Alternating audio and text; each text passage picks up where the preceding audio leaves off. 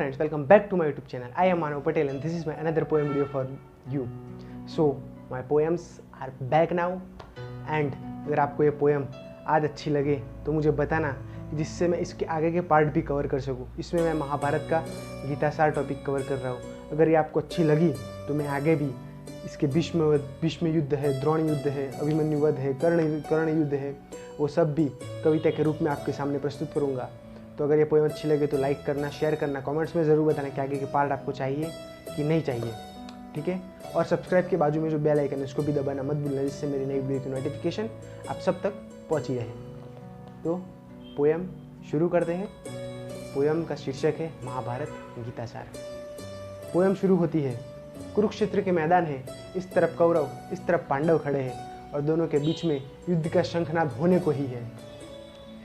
चलो ले चलूँ तुम्हें महासमर के प्रारंभ में, चलो ले चलूँ तुम्हें महासमर के प्रारंभ में। कौरव पांडव लड़ रहे कुरुक्षेत्र के आंगन में, सैन्य बल की कमी नहीं है, हथियार हद से ज्यादा है।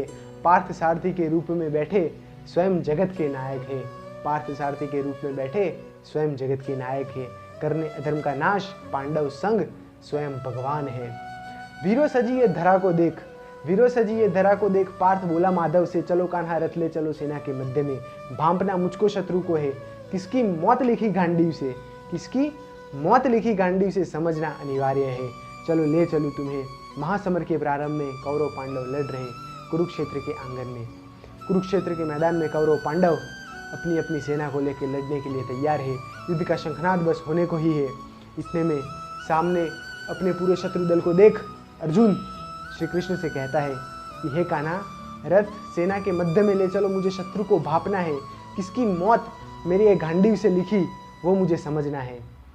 केशव रथ लेके सेना के मध्य में जाते हैं। अर्जुन शत्रु दल को देख अचंबा हो जाता है। कौरव दल को देख अर्जुन अचंबित हो उठा है और उसके मुख से निकल पड़ता है, देख सामने खड़े गुरु द्रोण और दादा भीष्म पितामह को। देख सामने खड़े गुरु द्रोण और दादा भीष्म पितामह को। गांडीव छूटा गांडीव धारी का, बह गया भावनाओं में वो। कैसे चलाऊं शस्त्र उन पे, सामने खड़े मेरे गुरुवर है। बाण चलाऊं कैसे उन पे, जिनकी गोद में बीता बचपन है। कैसे मारूं उन सबको जो लाडले हैं माँ गांधारी के। जैसे भी हो चाहे कौरव भाई है हम पांडव के, जैसे भी हो चाहे कौरव भाई है हम पांडव के। अपनों को मारकर गद्दी मिले मुझे वो स्वीकार नहीं, रक्त के बदले हस्तिनापुर मुझे स्वीकार्य नहीं, रक्त के बदले हस्तिनापुर मुझे स्वीकार्य नहीं। पार्थ सामने अपने गुरुवर को देखता है, अपने दादा भीष्म पितामह को देखता है, अपने भाइयों सारे कौरव को देखता है और इतना देखकर उसके हाथ से गांडीव छूटने लगता है और वो थर थर थर थर कांपने लगता है। ये देख माधव पूछते हैं कि क्या हुआ, बता मुझे। तो पार्थ कहता है, हे माधव, मैं उनको कैसे मार सकता हूँ जिनकी गोद में मेरा पूरा बचपन बीता है। मैं उनके सामने शस्त्र कैसे उठा सकता हूँ जिसकी वजह से मैंने शस्त्र उठाना सीखा है। मैं उनको कैसे मार सकता हूँ जो मेरे लाडले भाई है, माँ गांधारी के जो बेटे हैं। माँ गांधारी ने भी हम पांचों भाइयों को समान ही प्यार दिया है, तो मैं इन सबको कैसे मार सकता हूँ। इतना देख माधव उग्र होने लगे हैं और कहने लगे हैं, देख दशा पार्थ की देखो, उग्र हुए माधव है जी। स्वयं उतर के रथ से कौरव दल में जाने लगे हैं जी। चौसर नायक शकुनी को देख पार्थ ये दशा उनकी देन है। दुर्योधन को नचाया अपनी उंगली पे, पाठ पढ़ाया अधर्म का। इन पापी हाथों को देख दुशासन के और पांचाली के अपमान का याद कर। भरी सभा में वैश्या बोले अंगराज के पाप को स्मरण कर। मौनता थी मूर्खता जिसकी उस महामहिम का तू स्मरण कर। गुरु द्रोण भी तब चुप खड़े थे जब अपमानित मित्र पुत्री खड़ी थी।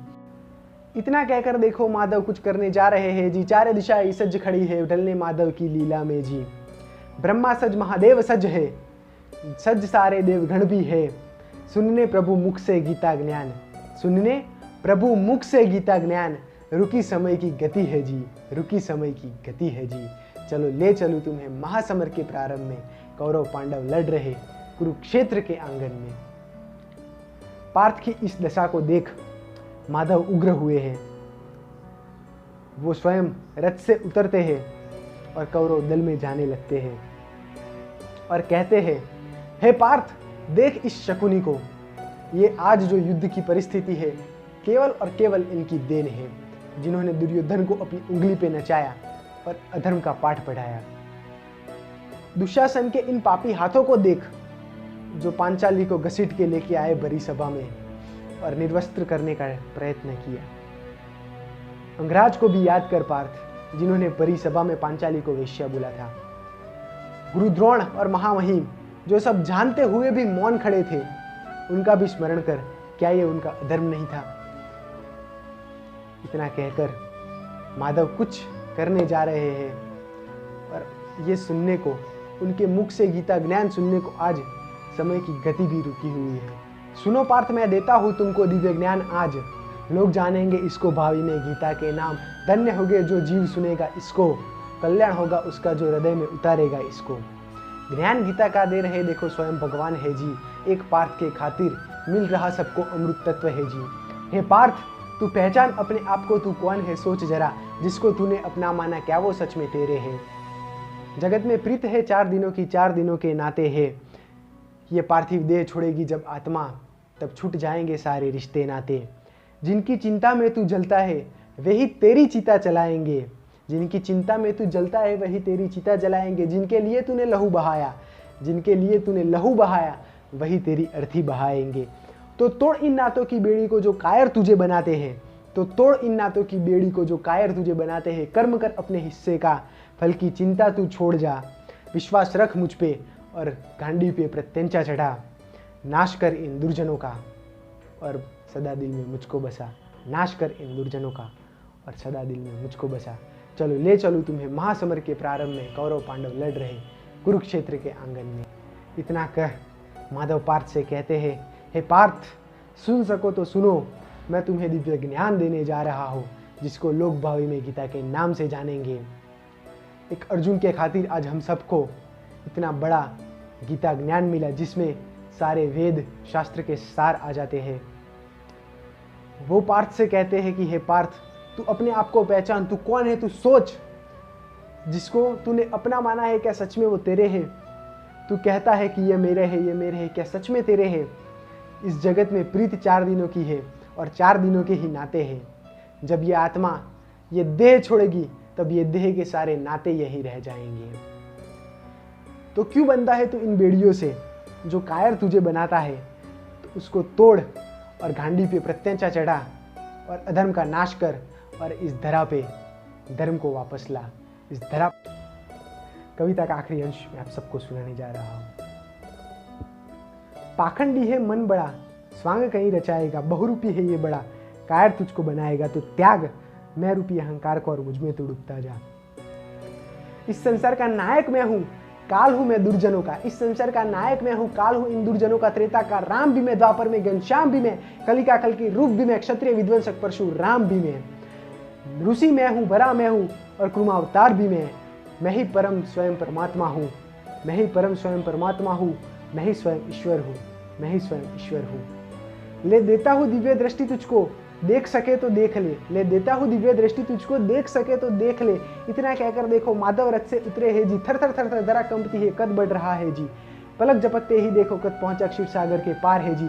अनगिनत है भुजा उसकी, अनगिनत सिर है, अनगिनत है पूजा उसकी, अनगिनत सिर है। पुष्प बरसा रहे देव, कर रहे प्रभु सत्कार है जी। धन्य हुई है आज ये धरा, जो विराट रूप की साक्षी है। जो देख सका ये रूप उनका, उनको भी शत शत नमन है। अर्जुन भी चौंक उठा है ये रूप देखकर, साक्षात्कार उनको हुआ है जी। समझ आया उसे स्वयं भगवान साथ है मेरे।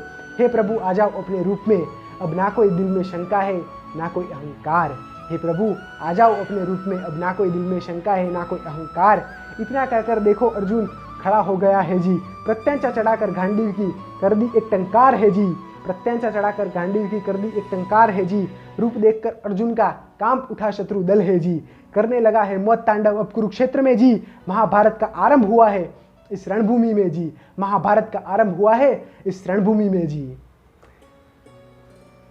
ये मन हमारा बहुत बड़ा पाखंडी है, कई स्वांग रचाएगा और बहुरूपी भी है, जिससे तुझे वो कार बनाएगा। तो इस अहंकार को त्याग और मुझ में डूबता जा। मैं ही इस संसार का नायक हूँ पार्थ, और मैं ही इस संसार का काल भी। मैं ही त्रेता का वो राम हूँ और ये द्वापर में घनश्याम भी। मैं ही परशुराम हूँ और मैं ही कली का कल की रूप भी।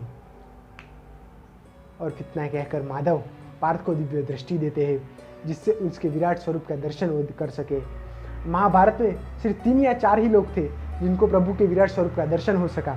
एक तो भीष्म पितामह, दूसरे थे गुरु द्रोण, तीसरा अंगराज कर्ण और चौथा स्वयं अर्जुन। इन 4 लोगों को ही प्रभु के विराट स्वरूप के दर्शन, और 5वां विदुर, इनको ही प्रभु के विराट स्वरूप के दर्शन हो सके, बाकी को नहीं हो सके। तो यही विराट स्वरूप के दर्शन करा रहे हैं प्रभु अर्जुन को। ये स्वरूप देख अर्जुन समझ गया कि मेरे साथ स्वयं भगवान है, तो मैं किस बात की चिंता करूं।